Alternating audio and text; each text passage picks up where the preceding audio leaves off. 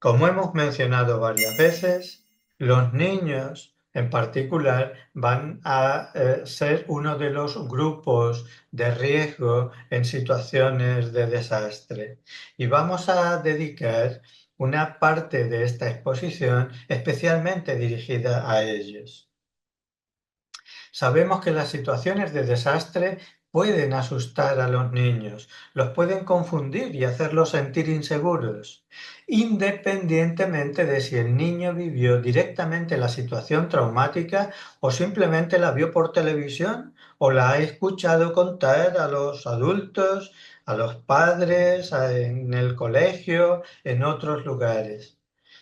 Los niños pueden responder a estas situaciones pues mostrando miedos o tristeza o problemas de conducta que deben ser interpretados de una forma correcta.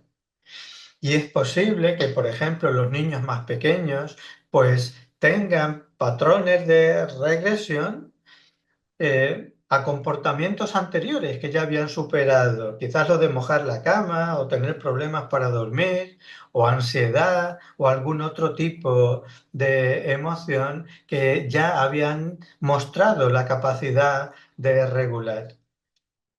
Y los niños mayores también pueden mostrar enfado o agresividad o problemas en el colegio o con los amigos o en la familia. Algunos niños que solo han tenido contacto indirecto a través de los medios de comunicación pueden desarrollar angustia o ansiedad. Y por parte de la familia es importante estar atentos a lo que se pueda ir generando. ¿Cómo reconocer estos factores de riesgo? Pues primero, para muchos niños la mayoría, las reacciones que nos vamos a encontrar van a ser breves y van a representar reacciones normales ante una situación que no es habitual. Es importante el poder recogerlo así, sin alarmarse, enfocando de una manera adecuada cuál es la necesidad y la escucha del niño.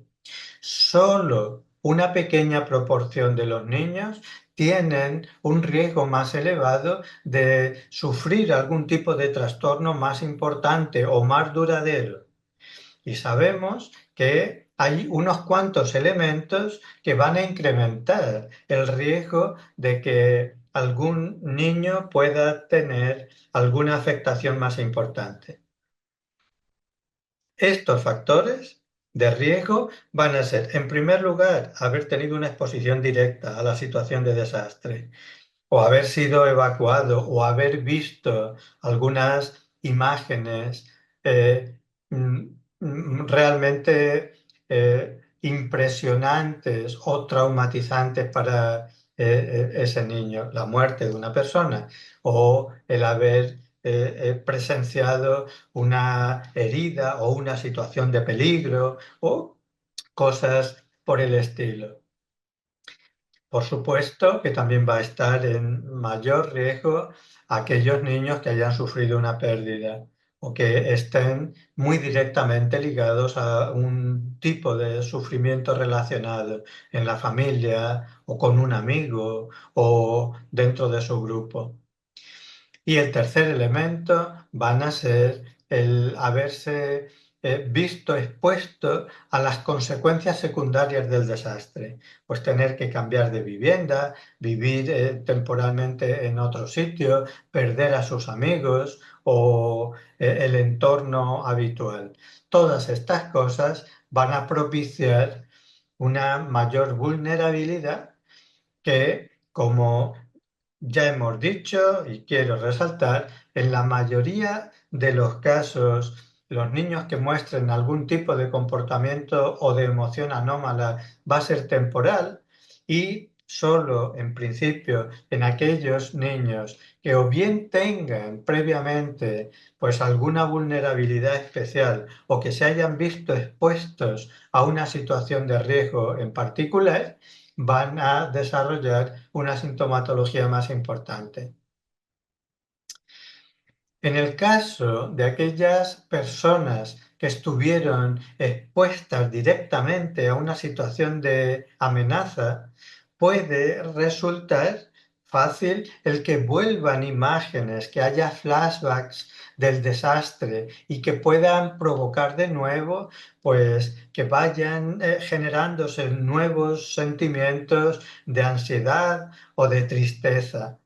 Y eso es más frecuente en niños que ya de antemano habían sufrido alguna situación de estrés o traumática antes de haber vivido esta situación a la que ahora se puedan ver expuestos.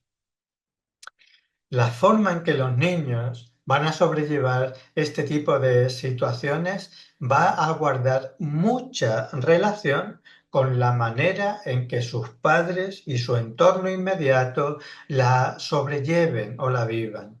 Porque los niños van a detectar, en primer lugar, va a ser su canal de traducción y su manera de entender lo que está ocurriendo alrededor, la forma en que los adultos están viviendo la situación.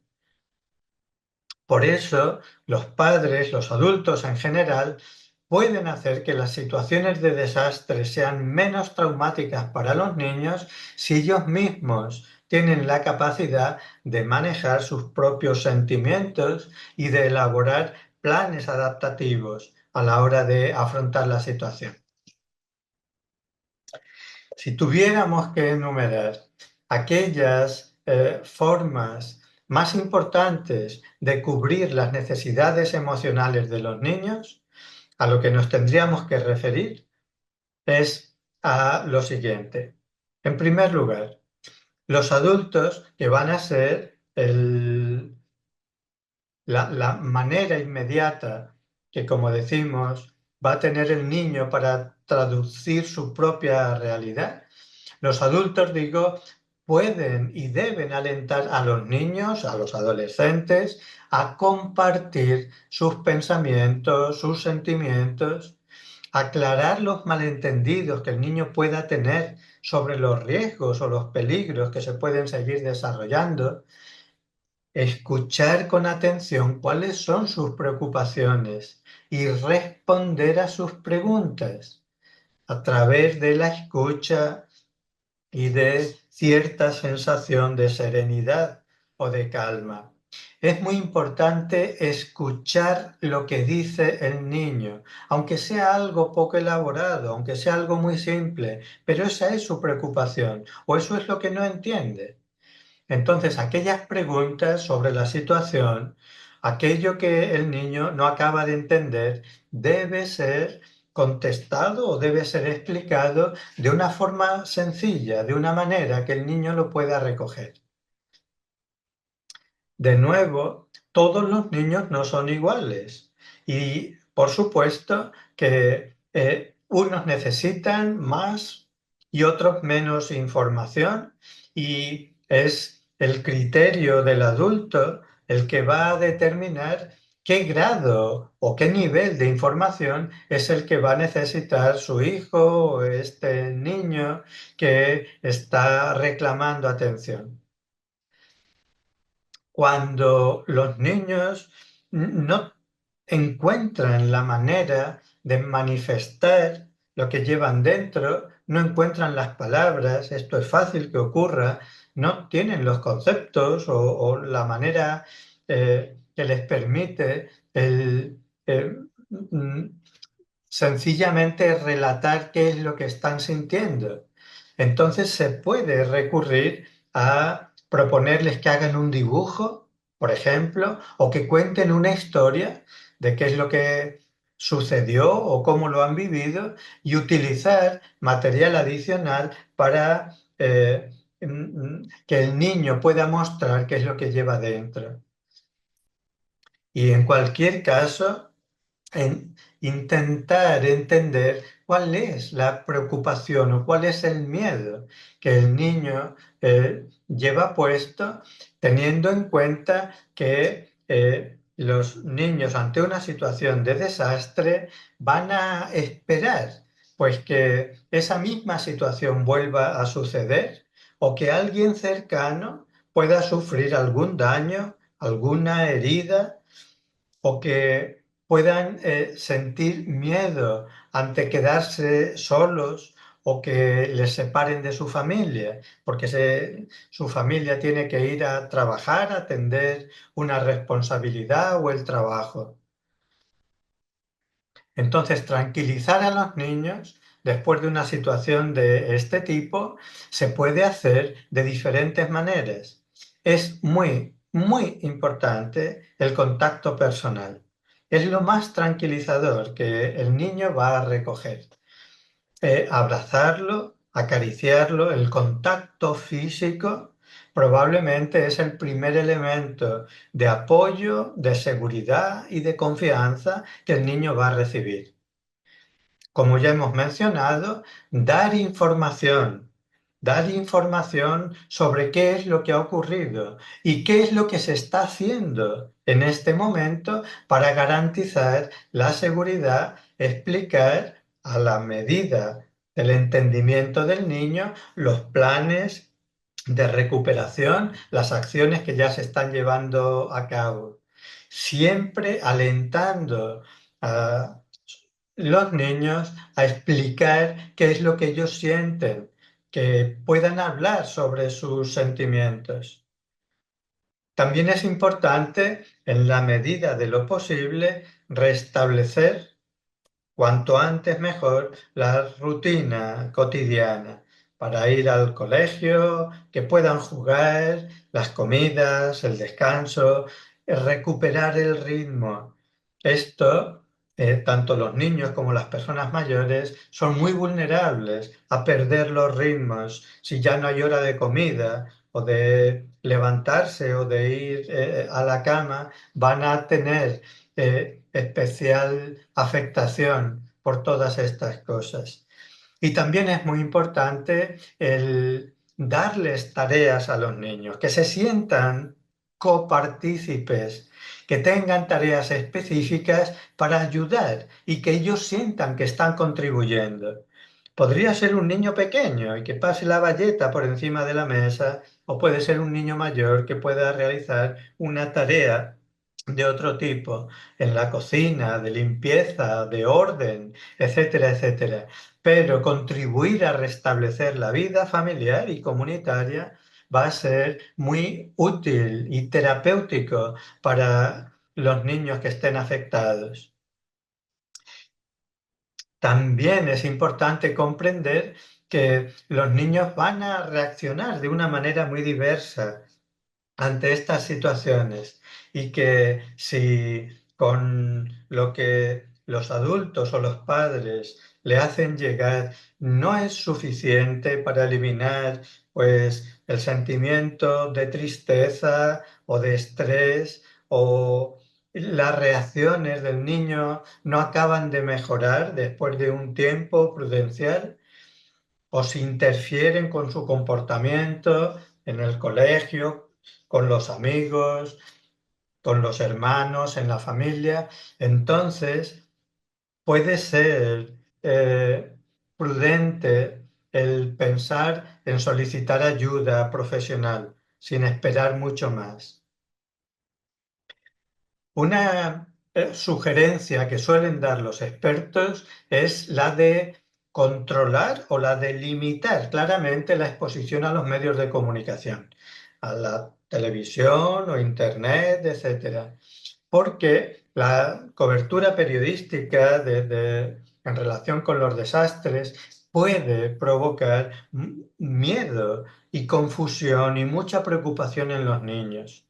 Esto ocurre especialmente con los desastres a gran escala, cuando se han perdido, eh, mm, cuando ha habido daños significativos, cuando se han perdido bienes materiales, los coches, las viviendas y, por supuesto, cuando se han producido pérdidas humanas.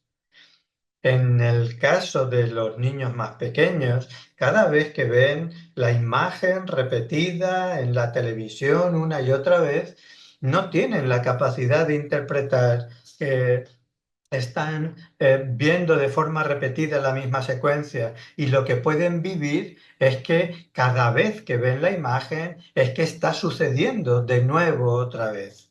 Así es como funciona la mente de un niño.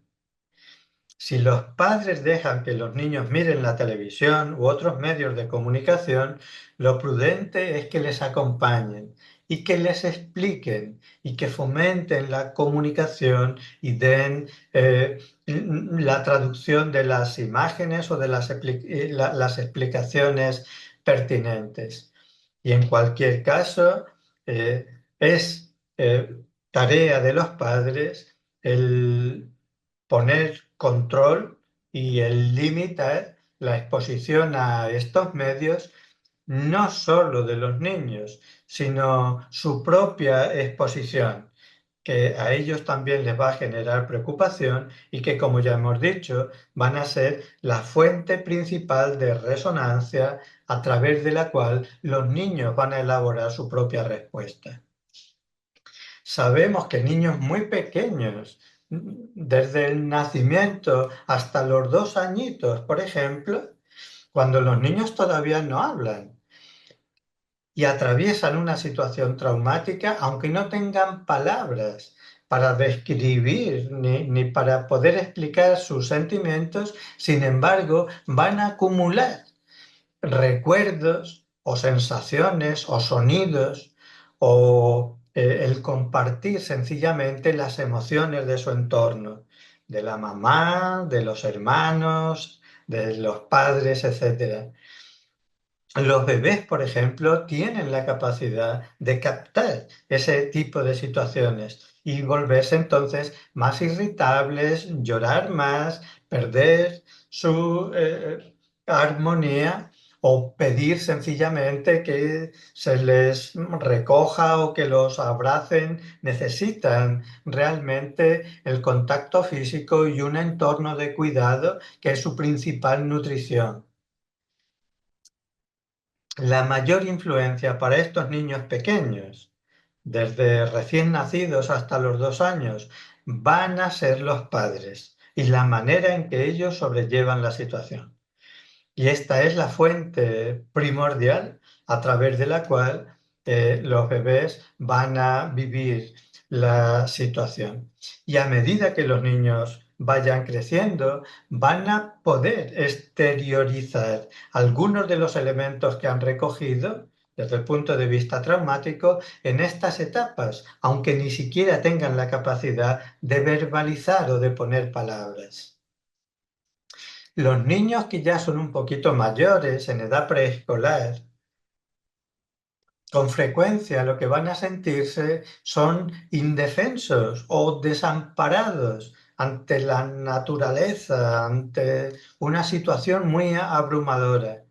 Y puesto que ellos no tienen la capacidad de protegerse, ni de proteger, por supuesto, a otras personas, lo que van a sentir especialmente es inseguridad y miedo. Y les va a afectar mucho la posibilidad de separarse, pues, de los padres, de los hermanos, de los abuelos o de los cuidadores. Los niños en esta edad preescolar no tienen todavía la capacidad de entender que es una pérdida permanente. Cuando ha habido un fallecimiento cercano de alguien de la familia, de un amigo, etcétera, no van a entender del todo en qué consiste esa situación. Eso sí que lo pueden entender niños ya mayores en edad escolar, hasta los 10 años, por ejemplo, que van a tener esa capacidad, van a poder entender ya qué es una pérdida permanente y algunos de estos niños se van a preocupar mucho por los detalles de la situación y van a querer hablar de ello continuamente y van a mostrar una gran preocupación que puede interferir pues con su hábito normal en el colegio o en casa, con otro tipo de actividades que pudieran desarrollar. Es también importante que puedan recibir información errónea de los otros niños en el colegio o que no acaben de entender con exactitud la información que recojan de los medios de comunicación. Y en estas edades uno puede esperar por diversas reacciones, pero de tristeza o de miedo, incluso de culpa por lo que hicieron o por lo que no hicieron, es bastante común, de enfado también, o incluso que desarrollen fantasías de que ellos son rescatistas o que están ayudando o que están participando de alguna manera en la situación. Y un poco más adelante hablamos ya de la preadolescencia o de la adolescencia, 12, 14, 16 o 18 años. Pues a medida que los niños se van haciendo mayores, la comprensión que ya han desarrollado les va a facilitar entender qué es lo que está ocurriendo y sus respuestas se van a ir pareciendo poco a poco mucho más a las que podemos esperar en los adultos. Entonces, puede ser que un tipo de respuesta poco adaptativa sea aquella que implica comportamientos de riesgo, pues como conducir de una manera imprudente o consumir alguna sustancia, alguna droga, cosas de este estilo. Algunos adolescentes lo que tienen es miedo a salir de casa o a evitar las actividades que estaban desarrollando previamente al desastre. Y es de esperar en algunos adolescentes pues que vivan con mucha intensidad, que estén abrumados realmente por emociones intensas que no tienen la capacidad de manejar. Es importante, de nuevo, que las puedan compartir, que puedan hablar, que puedan escuchar también lo que los adultos, los padres, también los amigos puedan compartir con ellos. Y si nos dirigiéramos a los adultos, pues si hasta ahora hemos ido hablando de diversos tipos de respuesta en los niños, en los adolescentes, en los adultos, como es lógico, pues todavía mucho más. En general, el ser humano va a recurrir a su propio imaginario, a su filosofía de vida, a su tipo de cultura, a sus conocimientos, a su propio desarrollo personal a la hora de explicar, a la hora de explicarse a sí mismo o de compartir con los demás un evento de esta naturaleza. Dentro de cada cultura, si pensáramos, pues, por ejemplo, eh, los budistas tienen una imagen, se llama Kuan Yin, es una especie de diosa. La representan envuelta en una vestimenta blanca, en un pedestal, con una flor de loto, con una rama de sauce en una mano y con un jarrón de agua pura en el otro. Es la diosa de la misericordia y de la compasión. Es aquella que tiene la capacidad de observar y escuchar el sufrimiento del mundo, que es el significado de su propio nombre. Y en la devoción popular, pues Guanyin es quien se encarga de rescatar en los momentos de dificultad, sobre todo ante los peligros producidos por el agua y por el fuego y otros, pero por el agua muy en particular, y es quien se va a encargar de escuchar el lamento, el sufrimiento del mundo. Es quien comprende los sentimientos de temor y quien va a responder a las peticiones de ayuda a través de su compasión. Es el reflejo en una cultura de cubrir una especie de necesidad que el ser humano va a elaborar en función de su sistema de creencias, en función de su cultura, en función de su propia escala de valores a la hora de afrontar una situación que le pone a prueba. en nuestro medio vamos a encontrar formas muy diversas, adaptativas, de poder afrontar situaciones que nos ponen a prueba. Y como decíamos, mucho más que nuestra mente y que una aproximación cognitiva, que todo el enfoque intelectual, el sesgo que tiene el ser humano habitualmente es negativo. Y cuanto más vueltas le damos a la misma cosa y cuanto más repetimos el mismo cortocircuito, en realidad lo que vemos es una situación más sombría y más difícil.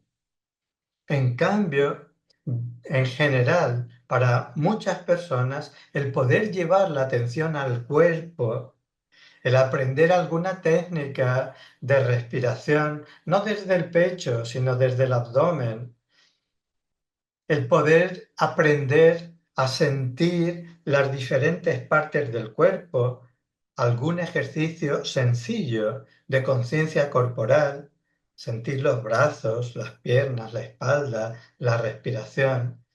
Ello va a permitir el atender las emociones que la persona está viviendo, no en la cabeza, sino a través del cuerpo. Y sabemos que esa es una buena ayuda. Cuando somos capaces de identificar esa sensación en el estómago o ese peso en el pecho o esa otra manera de sentir la preocupación en nuestro propio cuerpo, y en vez de huir de ella, la afrontamos, sentimos esa sensación corporal o la ansiedad o la tristeza o el enfado o la rabia, y tenemos la capacidad de permanecer por un momento centrados en ella, en esa sensación que la emoción pone en el cuerpo.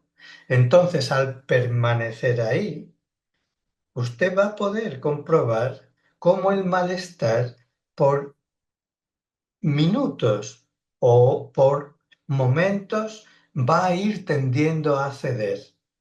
Y conforme la situación física se va transformando, también la emoción lo va a ir haciendo y va a ir cediendo. Y es importante permanecer atento en esos momentos para poder captar la nueva sensación que surge. Va a ser una sensación de más tranquilidad, de más calma, de más serenidad. Y usted puede repetir tantas veces como lo necesite el ejercicio. Ello le va a capacitar para poder manejar de una manera mucho más adaptativa la situación y le va a permitir también, no solo en su interior, sino hacia afuera, el poder compartirlo con otras personas. Puede pedir ayuda a sus amigos, a sus vecinos, a sus familiares, o les puede escuchar y compartir con ellos. En su caso, por supuesto, pedir ayuda también a los profesionales. Y en algún momento, ante la magnitud de la situación, seguramente va a haber algo que no sepa cómo resolver o cómo afrontar este problema, esta situación. Quizás, aunque suene un poco alocado, pueda pedirle ayuda a su entorno inmediato en primer lugar, pero también a algo que es menos material o cuando nos sentimos un poco más solos o que no sabemos a quién recurrir. Entonces, pida ayuda a sus guías, a sus maestros, no tenga problema, aunque resulte, como digo, un poco alocado, no tiene nada que perder y espere. Espere a que aparezca algún tipo de respuesta que conecte usted con su propia intuición. Es posible que le venga una propuesta o una idea, una inspiración, no sabemos de dónde viene, pero lo que sí sabemos es que si usted la busca, es bastante probable que la encuentre. Ponga su parte. Lo mejor de usted va a salir cuando conecte con la tranquilidad y con la calma. Eso es lo que perdemos cuando estamos asustados o enfadados o sobrepasados por la situación. Y por eso es tan importante el poder encontrar una forma de alinearse, de centrarse, de buscar activamente opciones. Siempre las hay, siempre hay una respuesta. Quiero resaltar este siempre, aunque la situación sea muy difícil, aunque aparentemente lo que haya ocurrido sea irreparable. Tenga confianza, la vida sabe lo que hace y ella le hablará. Bueno, pues hemos querido compartir unas cuantas reflexiones, sugerencias, recomendaciones, especialmente cuando la vida nos pone a prueba, es el momento de dar lo mejor de nosotros. Estoy seguro de que dentro de nuestro interior, en cada uno de nosotros, niños y grandes, hay una serie de capacidades que están a la espera de ser puestas en marcha. Le deseo mucha suerte en su búsqueda y en el encuentro de esas capacidades y le deseo lo mejor. Muchas gracias.